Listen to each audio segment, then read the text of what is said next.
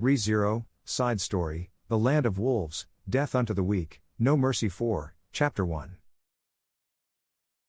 Man, what a weird situation for someone to be in. Todd looked at the situation he was in as if it was someone else's business and grumbled in his mind like that.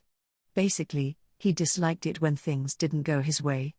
You might think that it was like that for everyone, but for him, everything was a matter of life or death. Having such a mindset, he felt like his life hung in the balance whenever he made a mistake in his calculations.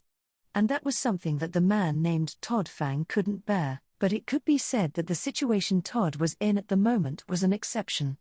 So, you are the person who brought General Arakia back to us, the man who said that and looked at Todd in a room filled with elegant furniture from behind the elegant, custom-made desk, was an old man who had a full head of gently arranged white hair, his narrow eyes that could be mistaken as being shut, which Todd felt was an ability sent down from on high since it allowed him to hide his emotions while talking, were a gift from the gods that hid the emotions in his eyes. In reality, there was no doubt that that talent was a great help when you considered the man's position. It was because he was one of the top dogs in the world of political warfare full of trickery and deception. That old man was Bastetz von Delphon, the Prime Minister of the Sacred Empire of Wallachia himself. Lord Bastetz von Delphon, I am honored to have been blessed with an opportunity to meet you like this. Todd knelt down on the carpet and bowed his head deeply at the man in front of him, Bastetz von Delphon, and gave him a few words of greeting. It's merely a formality, but I'm sure I did it well enough. Even if Todd was like that, he was the fiancé of a nobleman's daughter, so he had been sensible enough to learn the bare minimum of etiquette so that he wouldn't embarrass his wife-to-be. But I never thought that I would have the opportunity to showcase my skills in front of the highest civil servant, the Prime Minister of the Empire, but it's always good to be prepared. All this was happening because, you don't have to be so formal, it's fine if you make yourself comfortable. Your actions have greatly contributed to the future of the Empire. So I simply wanted to show my appreciation and convey my gratitude. Bastetz conveyed his appreciation for what he had done with an air of dignity, not even trying to make him feel comfortable.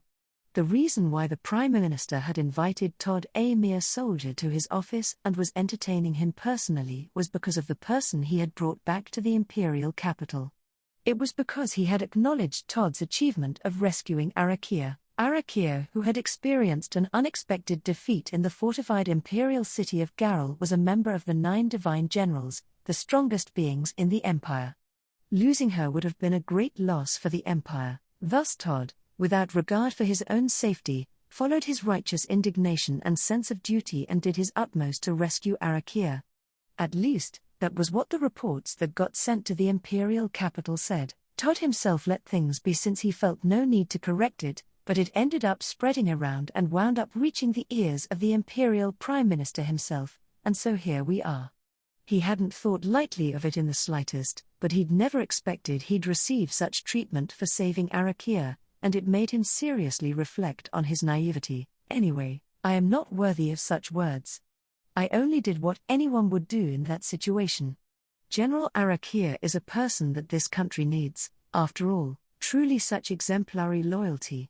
His Excellency the Emperor would be very pleased to hear that a man such as you is among his sword wolves. With a respectful look on his face, Todd thought that his response was hollow. It was an open secret among the imperial soldiers that the Emperor and the Prime Minister of the Wallachian Empire were on bad terms. The Wallachian way had always been to appreciate anyone with good skills, but this way of thinking was even more pervasive during the reign of the current Emperor, Vincent Wallachia. There were many who were hired by him on merit who had once been his enemies. Imperial Prime Minister Bastetz was one such enemy. Bastetz, whose master got killed, was serving the person who had ordered for their murder. Even Todd, who thought of himself as someone who could change his attitude on a dime, could imagine just how complicated his situation was. I think I heard about this from Jamal. Jamal, who had vanished into thin air in the fortified city, was as cunning as his appearance suggested, and he liked poking his nose into other people's affairs and got excited while talking about rumors.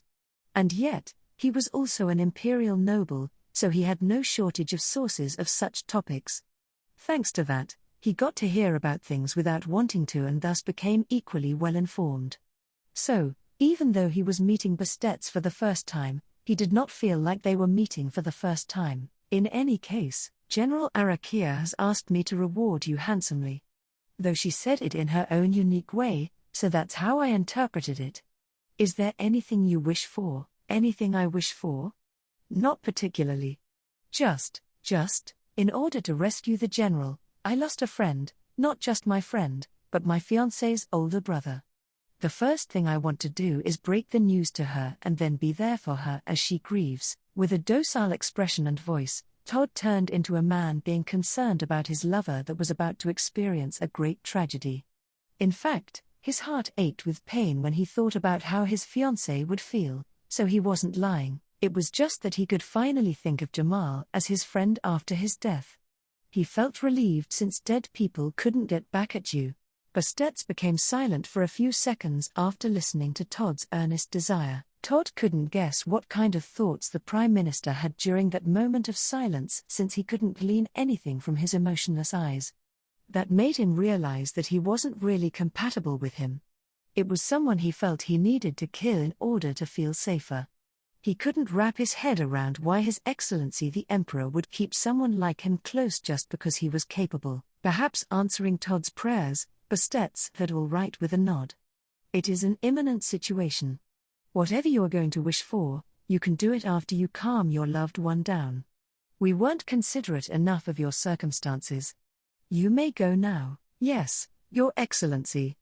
I am grateful for your consideration. After exchanging the necessary pleasantries, Todd, who had been ordered to leave, felt relieved. On the other hand, he felt a bit sympathetic towards Bastetts since he was in a position where he couldn't forego such troublesome exchanges. A man was bound by his position. That's why Todd preferred to be in one that allowed him to be somewhat free. Moreover, you have my gratitude for taking the time to meet me at a time when His Excellency the Emperor is absent. Where did you hear that His Excellency isn't around?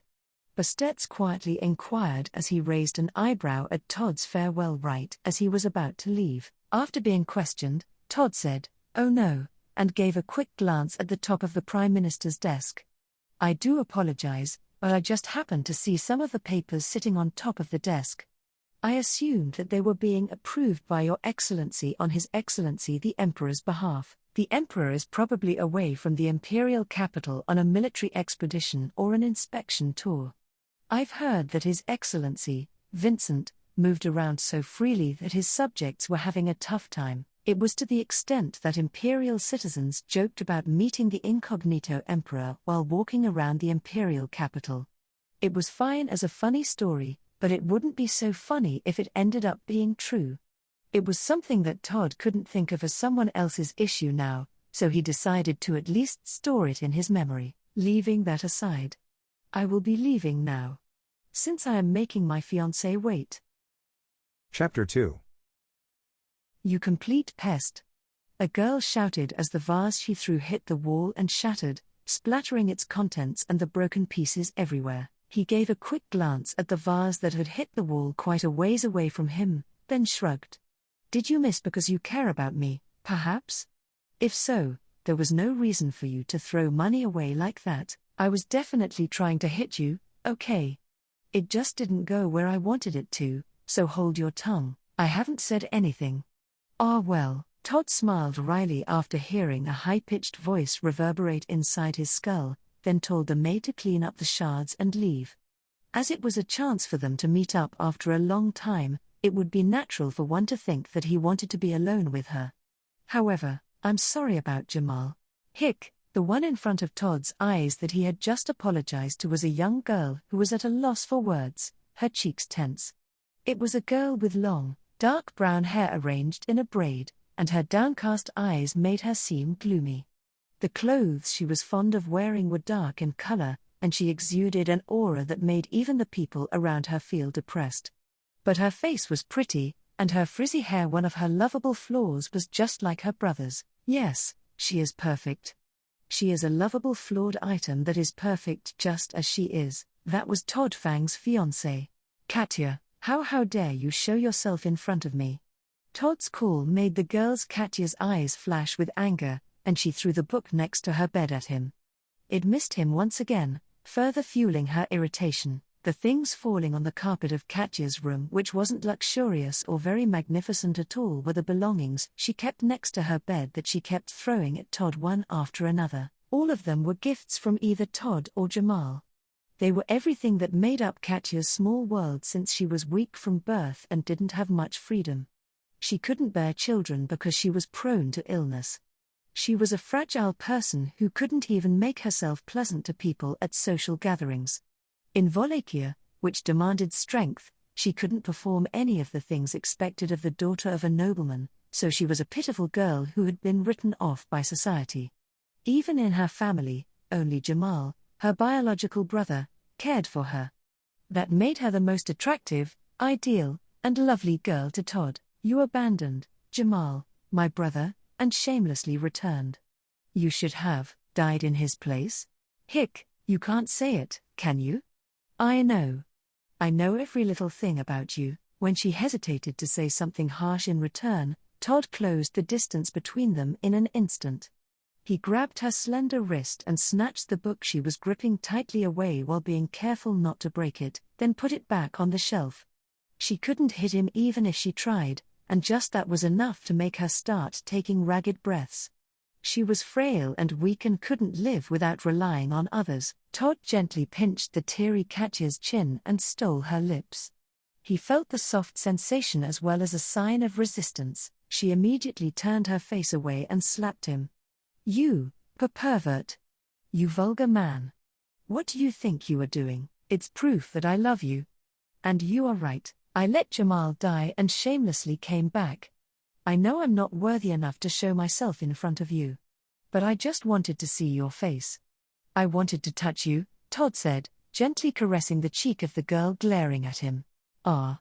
Katya couldn't deny his words, and when she tried to move her quivering eyes away from him, her eyes darted to and fro, but when Todd called her once, "Katya," she timidly met his gaze. "How was my brother's end? He covered our retreat to save me and the general. He did not utter a single weak remark until the very end. I believe that the word brave was made just for him. If that's true, then you are a coward, Todd." "You're right. But his death wasn't in vain, and I was able to return to you like this. I'm thankful that I'm a coward, even if the words I use to describe others are a lie. When talking to Katya, I feel like the words I use to describe myself are all true." Todd was a coward, and it was because of that he was able to return alive and meet Katya. "I was able to achieve a great feat. That's why I'm sure that they will assent to my selfish request of wanting to stay by your side in the imperial capital. You won't have to be lonely anymore. Even if you aren't here, I would. Jamal won't come see you anymore." Even if that's the case, Todd tried to get the words he wanted to hear out of Katya's mouth by talking cruelly. Katya broke down in a fluster, on the verge of having a mental breakdown, after hearing the truth she had been ignoring in her anger. She was made to realize, once again, that her brother, who had cared for her so very much, was dead. And then, did he, my brother, that brother, really die? Todd silently embraced the girl he loved, who had started to sob and shed tears. She timidly returned his embrace, wrapping her arms around his back. He then cradled her head, which was wetting his chest with hot tears, and thanked the heavens that the blood pumping through his veins was devoid of heat. Because his body was like that, he could feel the heat of Katya's warmth as he held her in his arms, and even the heat of the tears she was shedding too, which felt so sweet to him that it made his very soul tremble. Chapter 3. At the same time Todd was enjoying his meeting with his fiancée, that private first class. "Todd Fang, was it?" asked Bastetz. "Yep," Arakia replied, "so you want to make him one of your subordinates. I see." Imperial Prime Minister Bastetz nodded deeply, narrowing his narrow eyes even further as he looked ahead. It was almost evening in the imperial capital, and the person he was speaking to in his office lit up with orange light was Arakia, who had come to visit him first thing after her wounds had been treated. It was reported that she had been greatly wounded, but she seemed perfectly fine at first glance. Donning her usual expressionless face that left people guessing as to what she was truly thinking, Arakia had visited Bastetz and presented the proposal that had been mentioned in the beginning. Bastet's touched his chin thoughtfully at Arakia's unusual proposal. May I ask what you have in mind? Are you saying that you want to recognize his feat of saving you from behind enemy lines and reward him for that? I won't say anything difficult. I just want to give him a chance to avenge his friend. Everything made sense to Bastet after hearing Arakia continue her words. Todd, who he had just talked to in his office a couple hours ago, had also told him that he had lost a friend in order to save her. Naturally, Arakia had heard about it on the way back.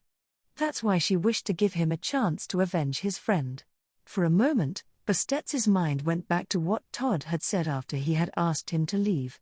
It was engraved in his memory that Todd was quick-witted since he was able to figure out that the Emperor was away just by looking at the papers on his desk.